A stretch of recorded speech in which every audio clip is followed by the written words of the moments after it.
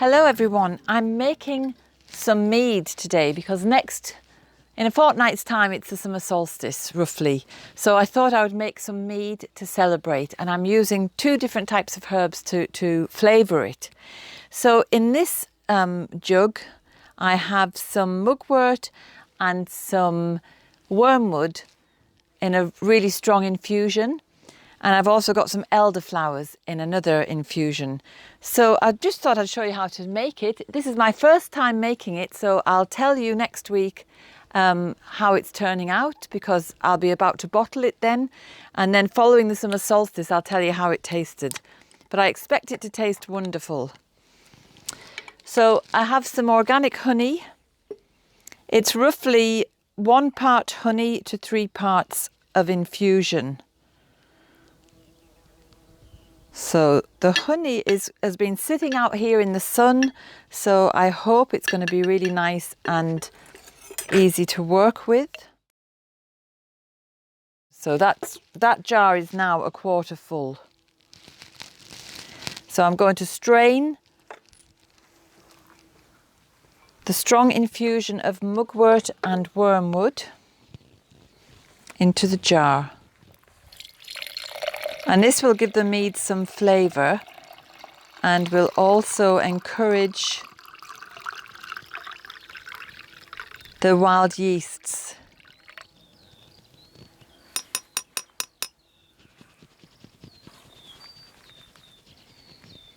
And I'll just give that a stir.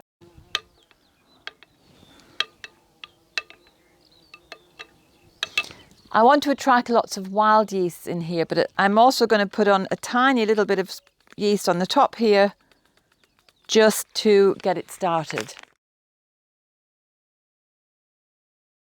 And I'm just going to cover the jar with some muslin, because that will allow any wild yeasts to get in, but it will prevent any debris or insects or anything to fall in.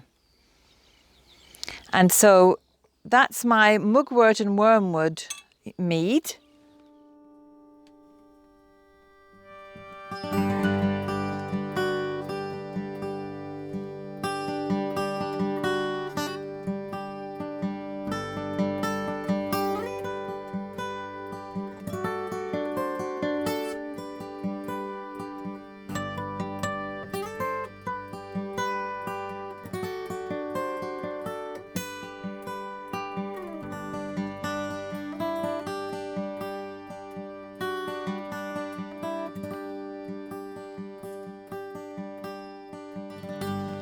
I'm now going to make elderflower, because elderflower is often used in lemonades and champagnes and country wines.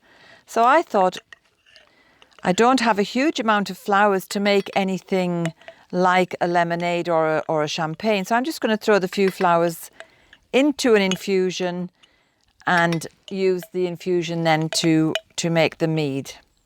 So it should be a very contrasting taste.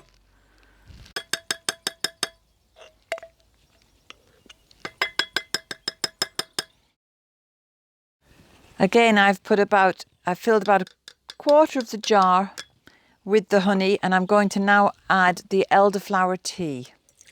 And these teas are warm because we want to get the honey to be nice and fluid and runny, to help soften the honey so that it will melt into the infusion. So I'll just stir that around again so that it's right through. I'm just going to top up this as well with the last of the tea. And again, I'm going to cover it, put a little bit of yeast on, and then cover it with the muslin, because the muslin lets in the wild yeasts and protects the mead from any debris falling into it or any insects going into it.